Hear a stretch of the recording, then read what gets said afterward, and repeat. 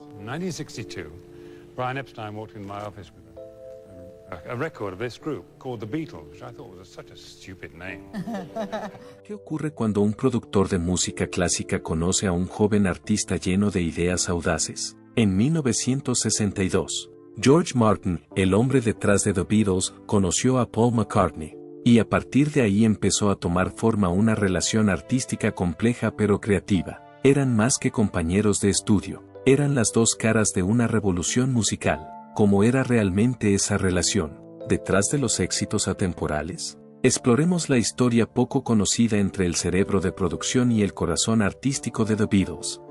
Diferencia de opiniones en el trabajo.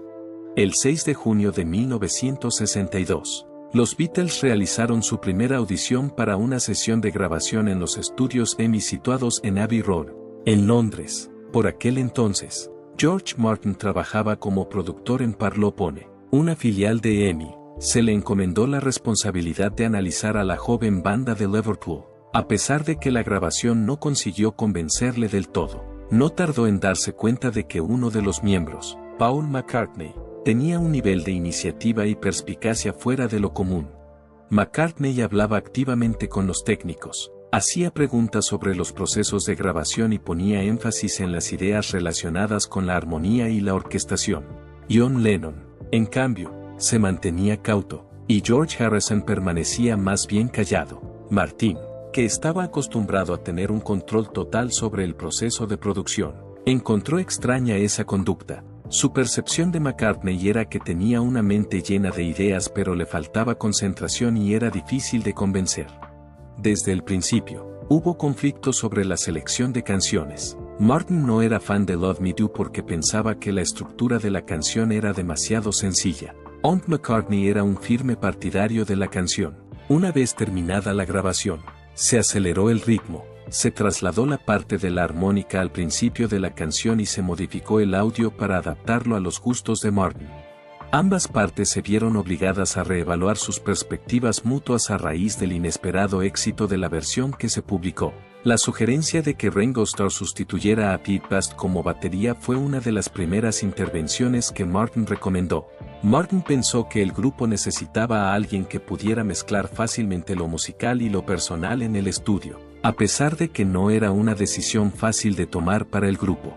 Tras expresar su oposición en un principio, McCartney cedió más tarde y dio su consentimiento. Este paso no solo demostró la voluntad de Martin de asumir la responsabilidad de decisiones que tendrían efecto durante un periodo de tiempo más largo, sino que también sentó las bases de una estructura de grupo más sólida. Después de cada grabación, Martin anotaba con frecuencia sus pensamientos y sentimientos personales durante aquellas primeras sesiones. Algunos de los mensajes iban dirigidos especialmente a McCartney, expresando su admiración por su dominio musical, su dura ética y una madurez que se adelantaba a sus años. Algunos años más tarde, reveló que Paul era el único que me obligaba a explicar por qué una determinada propuesta no tendría éxito. Hubo varios desacuerdos entre ellos en las primeras etapas de su asociación, incluyendo desacuerdos sobre el ritmo, sobre la clave y sobre los procedimientos de grabación.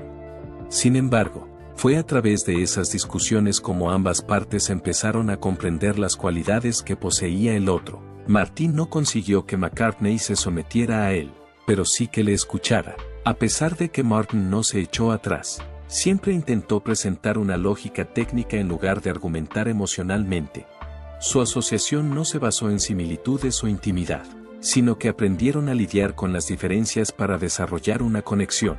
Y cuando el nivel de confianza entre ambas partes fue aumentando, los papeles que cada uno desempeñaba se fueron diferenciando. Ya no se trata de una lucha por el control, sino de una asociación basada en las capacidades de cada uno, que ha abierto la puerta a un nuevo periodo de creatividad en la música popular nunca visto. Entre los años 1965 y 1967, cuando la armonía alcanzó su punto álgido, los Beatles no solo alcanzaron la cima de la popularidad, sino que también entraron en una época de intensa inventiva nunca vista hasta entonces. Su metamorfosis de banda de giras a modelo de creatividad integral en estudio se puso de manifiesto con la publicación de 3 álbumes sucesivos, Rubber Soul, Revolver y, sobre todo, Sgt. Pepper's Lonely Hearts Club Band. La relación entre Paul McCartney y George Martin se convirtió en una forma de cooperación única como resultado de este proceso. Esta colaboración no se basó en una jerarquía, sino que se forjó mediante una mezcla perfecta de experiencia e imaginación. Las aportaciones de McCartney al estudio ya no se limitaban únicamente a las melodías. Cuando llegó, trajo consigo ideas para la orquestación, exigencias de armonía y una presentación integral del paisaje sonoro. Martin no intentó reprimir su celo, más bien lo abrazó y transformó sus vagos conceptos en procedimientos reales de fabricación.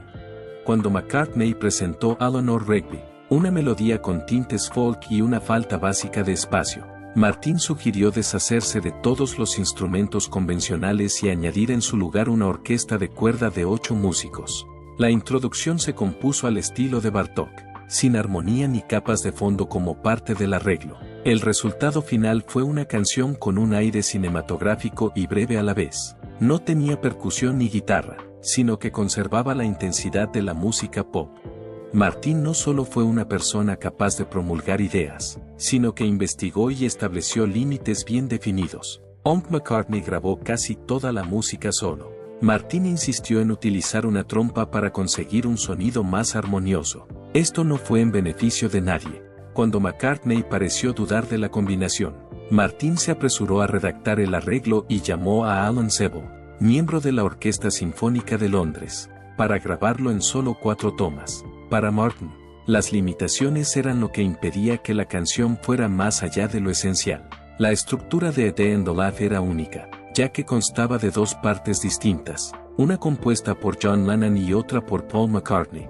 Martin no solicitó ninguna modificación del marco, pero sí sugirió que se enlazaran con una transición que implicara que una orquesta de 40 músicos interpretara una acumulación progresiva a lo largo de 24 compases de forma semialeatoria.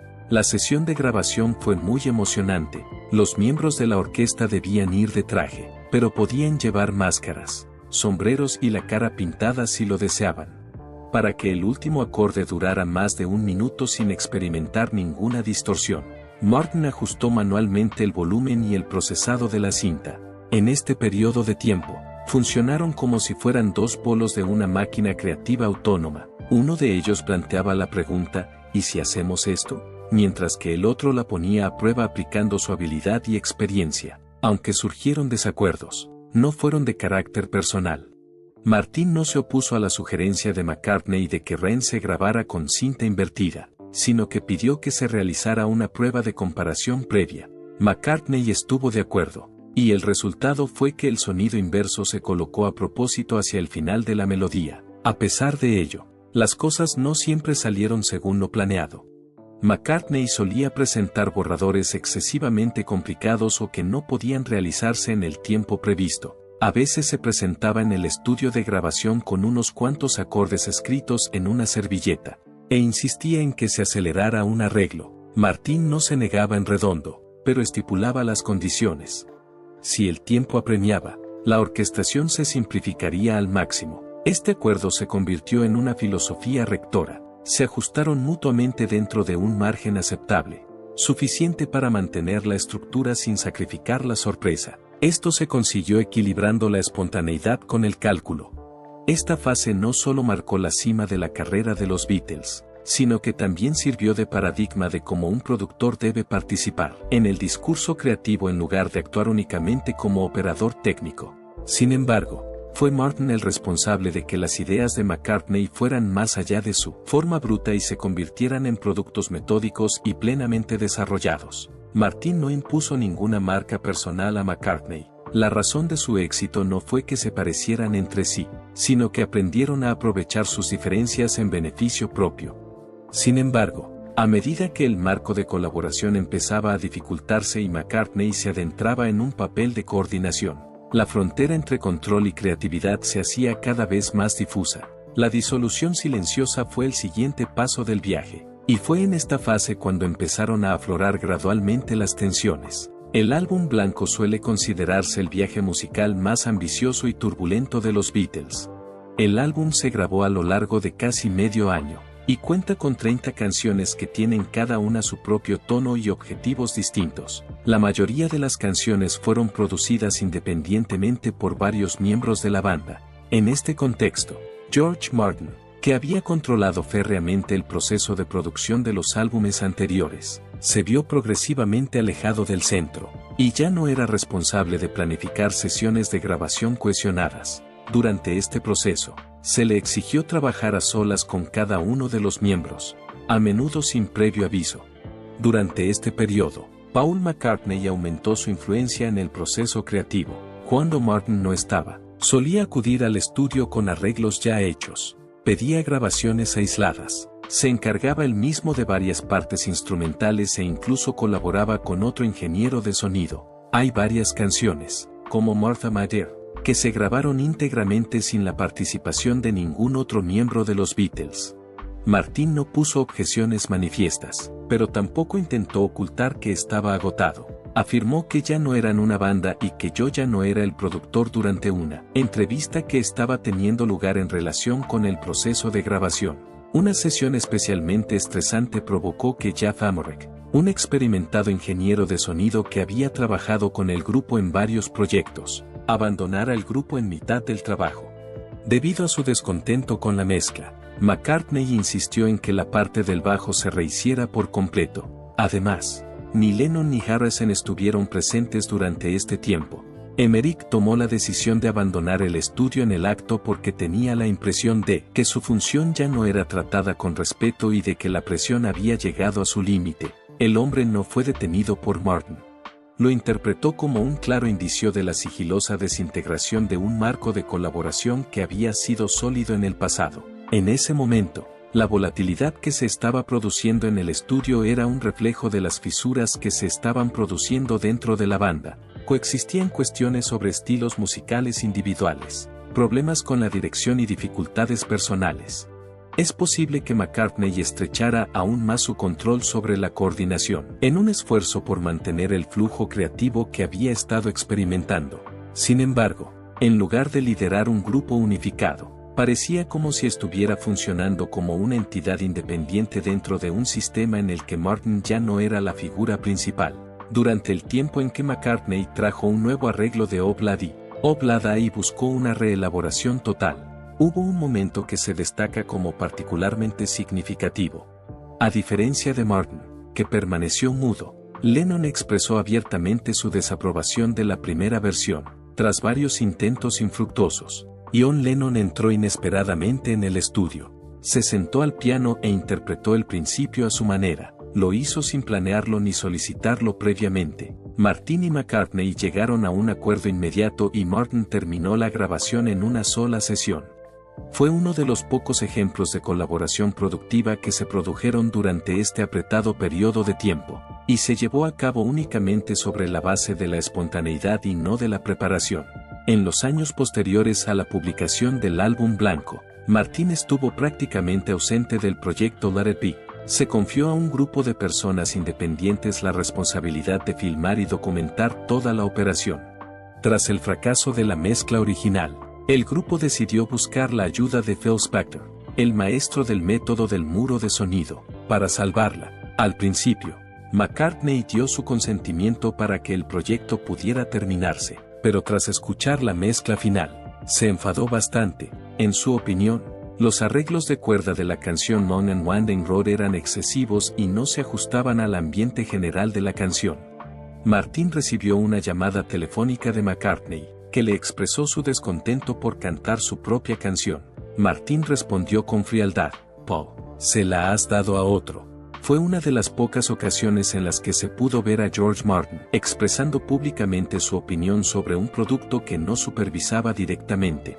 A pesar de ello, no intentó retomar el papel que había desempeñado anteriormente. A partir de ese momento, Martin empezó a rechazar proyectos relacionados con The Beatles. Esto no se debía a que estuviera enfadado con ellos, sino a que era consciente de la barrera que separaba lo que era suyo de lo que había llegado a su fin.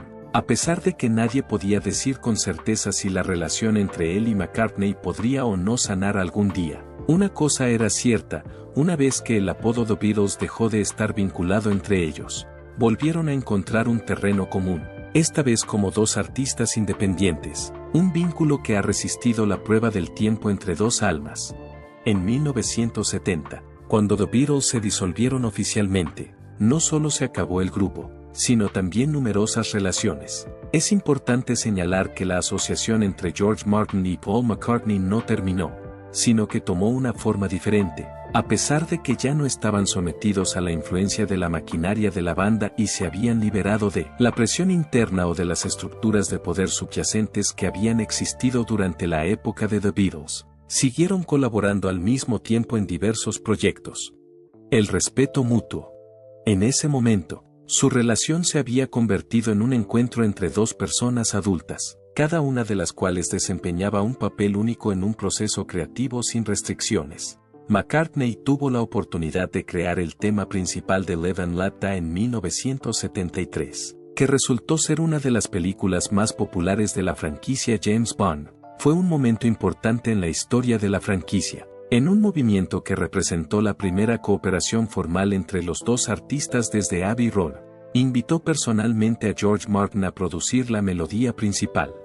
El hecho de que Lennon y Harrison no estuvieran presentes, así como el hecho de que no estuvieran en el estudio tradicional de Abbey Road, hizo que el escenario cambiara, pero sus responsabilidades siguieron siendo las mismas. Martin se encargó de la orquestación, organizó un grupo a gran escala e hizo transiciones suaves entre secciones musicales opuestas. McCartney contribuyó con una melodía que ya tenía un estribillo terminado. La grabación no solo fue notable en comparación con otras canciones de Bond, sino que también llegó a ser ampliamente reconocida como el ejemplo más destacado de música de cine de la década de 1970.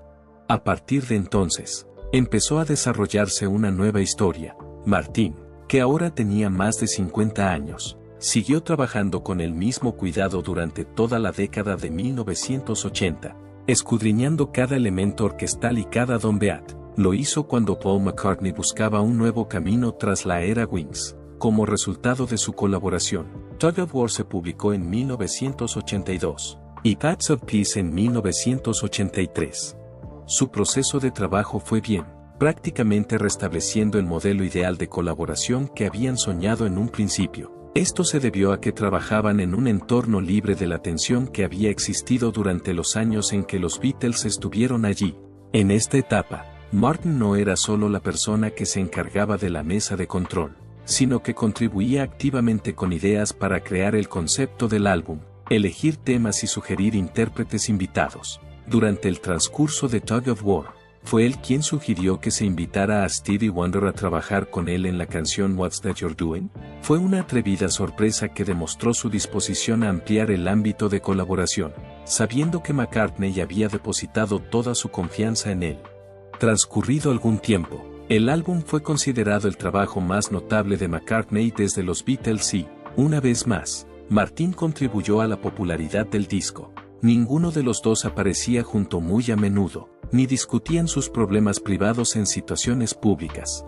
Sin embargo, personas cercanas a ellos afirman que mantenían el contacto mediante conversaciones telefónicas o cartas manuscritas. En cierta ocasión, el hijo de Giles Martin, George, comentó que su padre tenía una estantería dedicada exclusivamente a las maquetas de Paul. No era con el propósito de almacenarlas, sino más bien porque le hacía saber que Paul seguía escribiendo. A pesar de que ya no colaboraban de forma regular, George Martin nunca dejó de manifestar su gran admiración y consideración por Paul McCartney en las entrevistas. A la pregunta de quién había sido para él el maestro más influyente durante su carrera, respondió sin dudarlo, Paul, en todo momento. Mi reto era encontrar la manera de hacerlo realidad respetando las limitaciones y los marcos prácticos. A pesar de que los conflictos entre la expresión creativa y la producción son habituales en la industria musical, la relación que Martin y McCartney mantuvieron durante décadas fue excepcional. La base de esta relación no era la amistad ni la lealtad, sino el respeto mutuo, en el que cada uno era consciente de su función. Cuando falleció George Martin, Paul McCartney no organizó una gran ceremonia en su memoria. Sin embargo, por lo que reveló, es evidente que la contribución de Martin fue mucho más allá de los límites de un productor. Un eco llegó del que se quedó. Tras una vida que duró 90 años, George Martin falleció el 8 de marzo de 2016.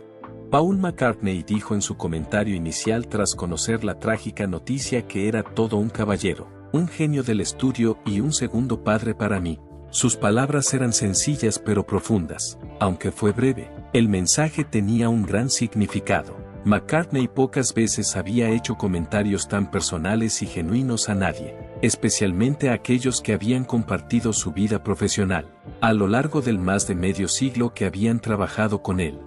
Poco después, McCartney dirigió un funeral privado en Oxfordshire, que se celebró en una modesta capilla. Al final, solo hubo un piano, unos pocos amigos íntimos y un tema que aún no se había publicado. No había cámaras de los medios allí, y no hubo comentarios. Era una maqueta grabada en 1981 y editada por el propio George Martin.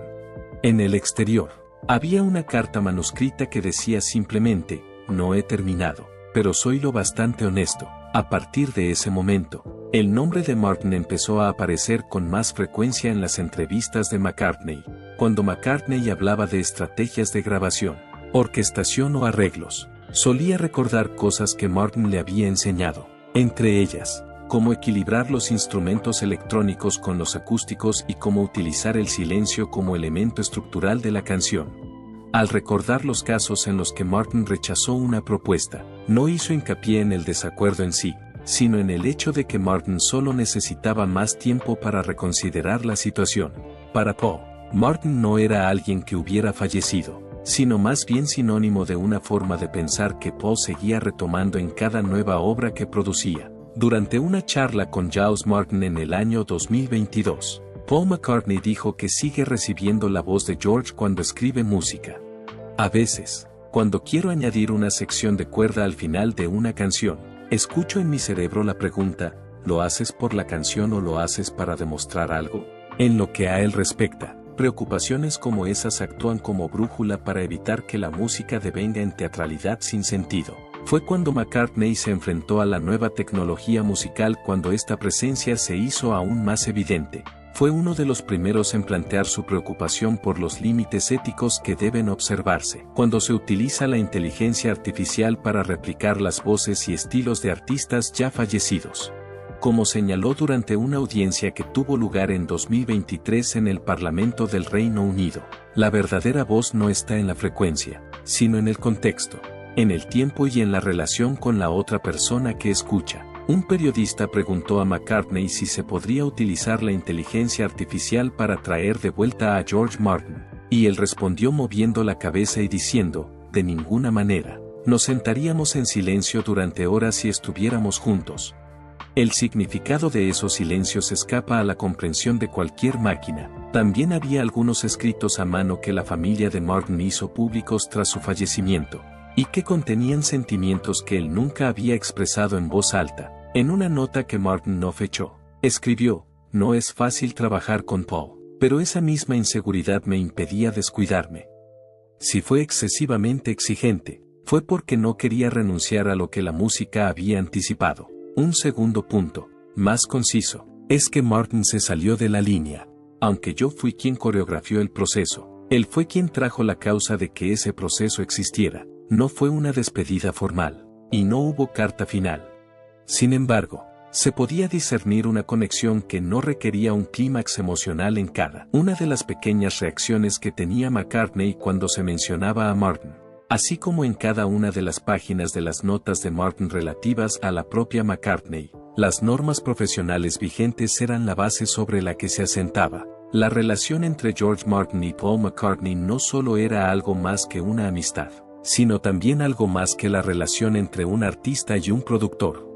Los dos sistemas de valores diferentes, uno de los cuales representaba el espíritu ilimitado del artista y el otro era un signo de estructura y control, se unieron para formar una relación simbiótica. A pesar de que discrepaban, se tomaban descansos y a veces trabajaban solos. Nunca discutieron la importancia del otro en el proceso creativo. Es más, incluso cuando solo uno de ellos seguía ese camino, la presencia del otro continuaba existiendo, sirviendo como referencia constante de la forma en que debía componerse una canción. Antes de disolverse, los Beatles habían alcanzado un éxito inmenso e innegable. con su incesante creatividad, dieron forma a una nueva era de la música, conquistando los corazones de millones de fans en todo el mundo. Sigamos conociendo los importantes hitos que hicieron de The Beatles una leyenda. El glorioso viaje de los Beatles. Los Beatles fueron algo más que un grupo popular, fueron símbolos de innovación, pionerismo y libertad creativa en la música y la cultura popular de los años 60. Cuando John Lennon y Paul McCartney se conocieron por primera vez en 1957 en un festival local de Liverpool, nadie esperaba que fuera el comienzo de una de las mejores asociaciones de compositores de todos los tiempos. Los dos reclutaron pronto a George Harrison, un joven pero talentoso guitarrista, y, tras varios cambios en la formación de batería, Ringo Starr se unió finalmente en 1962, completando los legendarios Fab Four. Mientras actuaban en clubes de Hamburgo, Alemania, entre 1960 y 1962, los Beatles se sometieron a un riguroso proceso de entrenamiento. Tocaban durante horas seguidas, a veces durante 6 o 7 horas, creando un fuerte vínculo y presencia escénica. Fue en Hamburgo donde empezaron a desarrollar su estilo de vestir y su música, elementos que más tarde formarían parte de su imagen para atraer a un público más joven. Cuando regresaron a Inglaterra y empezaron a trabajar con Brian Epstein, un visionario vendedor de discos, los Beatles se redefinieron en términos de imagen. En lugar de vestir cuero negro polvoriento, llevaban trajes uniformes, el pelo pulcramente cortado y modales educados. Sin embargo, era el contraste entre su aspecto pulcro y su espíritu rebelde, ingenioso e inteligente lo que les hacía especialmente atractivos. Epstein creía firmemente en el potencial del grupo y, a pesar de ser rechazado por muchas discográficas, no se dio por vencido hasta que EMI accedió a ficharlos, una decisión que cambiaría toda la historia de la música moderna. Trabajar con el productor George Martin en los estudios Abbey Road no solo permitió al grupo acceder a la tecnología de estudio más avanzada, sino que también abrió nuevas oportunidades creativas. Martin, con su formación clásica, mezcló el espíritu pop rock de los Beatles con arreglos orquestales, técnicas de grabación por capas y sonidos nunca antes utilizados en la música pop. Please Please Me, publicado a principios de 1963, alcanzó el número 1 en el Reino Unido. Pero eso era solo el principio.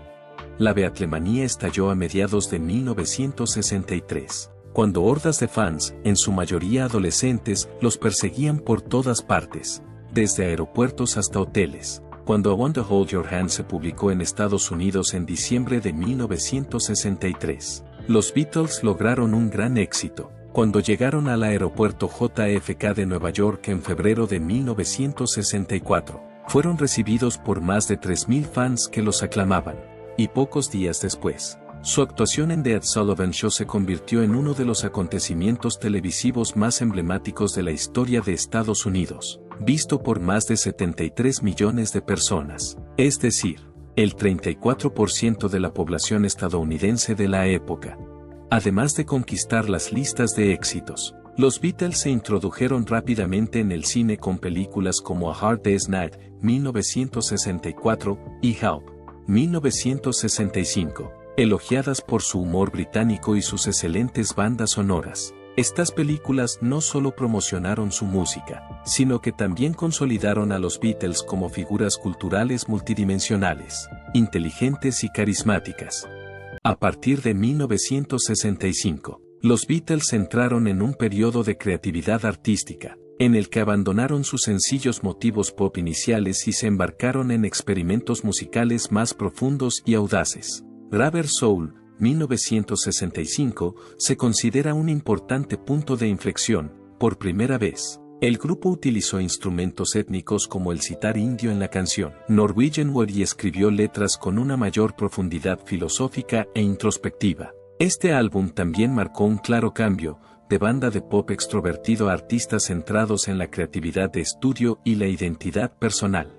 A este éxito siguió Revolver, 1966, una obra maestra musical revolucionaria. George Harrison se inspiró en el hinduismo y la filosofía oriental en Love You Too, mientras que Tomorrow Never Knows, inspirada en The Psychedelic Experience de Timothy Leary, utilizó grabación inversa. bucles de cinta y voces filtradas a través de un magnetófono Leslie. Fue una de las primeras canciones que introdujo el rock psicodélico en la corriente dominante y mostró las innovaciones técnicas de estudio que el productor George Martin ayudó a hacer posibles. Un año después se publicó Sgt. Pepper's Lonely Hearts Club Band, 1967, considerado uno de los álbumes más influyentes de la historia de la música, publicado en pleno verano del amor. El álbum no solo supuso un gran avance técnico, sino que también fue el primero en considerarse un álbum conceptual, una serie de canciones conectadas conceptual y espiritualmente, desde la colorida portada con figuras históricas hasta temas como A Day in the Life. Una fusión de composiciones de Lennon y McCartney que termina con un acorde de piano de 40 segundos. El álbum es un testimonio de la capacidad del grupo para fusionar pop, arte y tecnología de una forma mágica. La creatividad siguió avanzando con The Beatles, 1968, a menudo conocido como The White Album, a diferencia de los álbumes anteriores, muy unificados. The White Album era una colección diversa de estilos, desde rock puro, folk acústico, blues hasta vanguardia. El álbum sigue siendo una cumbre creativa, considerada por críticos y fans la obra más polifacética de The Beatles. Abbey Road, 1969, es uno de los álbumes más suaves y pulidos de la banda. La segunda mitad del álbum es un popurrí de casi 16 minutos, una colección de breves segmentos de canciones unidos en una sola pieza cohesiva que muestra la magistral orquestación de George Martin y la musicalidad atemporal de los Beatles. La imagen de los 4 miembros cruzando el paso de peatones en la portada del álbum Abbey Road también se ha convertido en uno de los iconos de la cultura pop más reconocibles de todos los tiempos. En su década de carrera, los Beatles crearon un legado musical y cultural que trasciende el tiempo. Han vendido más de 1.600 millones de discos en todo el mundo hasta 2020. Han encabezado la lista Billboard Hot 100 más de 20 veces y han ganado innumerables premios internacionales. Su impacto, sin embargo, va mucho más allá de la música, desde la moda hasta el cine, pasando por el espíritu libre de una generación. A día de hoy, la música de los Beatles sigue siendo escuchada, analizada y redescubierta por generaciones de artistas y amantes de la música de todo el mundo. Sobre la relación que existe entre George Martin y Paul McCartney, ¿qué opinas actualmente? Si tienes alguna idea, no dudes en expresarla en la zona de comentarios. Además, si considera que esta narración es importante, asegúrese de suscribirse al canal y activar las notificaciones para no perderse la próxima subida de vídeos.